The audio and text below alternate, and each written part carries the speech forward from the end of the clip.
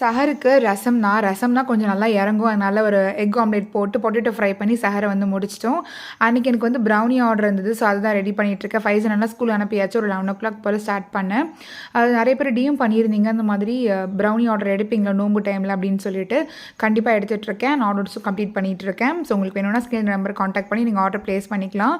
So அன்றைக்கான brownie வந்து diary milk brownie அப்புறம் nuts brownie. So அது ரெண்டுத்தையும் வந்து ரெடி பண்ணி பேக்கும் வந்து பண்ணிட்டேன். இஃப்தாருக்கு வந்துட்டு பார்த்தோன்னாக்கா டின்னருக்கும் சேர்த்தா மாதிரி ஒரே டிஷ்ஷாக இருக்கட்டும், ரொம்ப டீப் ஃப்ரை வேணாம் அப்படின்னு சொல்லிட்டு தோணுச்சு. அட் த சேம் டைம் நல்லா ஒரு காரமாக நல்லா பிடிச்ச மாதிரி இருக்குன்னு தோணுச்சு. அதனால் வந்து மசாலா ஸ்டஃபிங் இதை ரெடி பண்ணிகிட்டு இருக்கேன். ஆனியன், கேபேஜ், கேரட், பச்சை மிளகா, சிக்கன், உப்பு, இஞ்சி பூண்டு பேஸ்ட்டு, மசாலாஸ் எல்லாம் ஆட் பண்ணி இந்த எக்கும் சேர்த்து நல்லா வதக்கி ஒரு ஸ்டஃபிங் ரெடி பண்ணிக்கிட்டேன். இங்கே பரோட்டாக்கு மாவு பிணைஞ்சு ரொம்ப வீசாமல் லைட்டாக மட்டும் வீசி எடுத்துக்கணும். எனக்கு கொஞ்சம் எக் வச்சுட்டு உள்ள மசாலா வச்சு 4 பக்கமும் மூடிட்டோக்கா சூப்பராக முர்த்தபா ஸ்டஃபிங் ரெடி ஆகிடும்.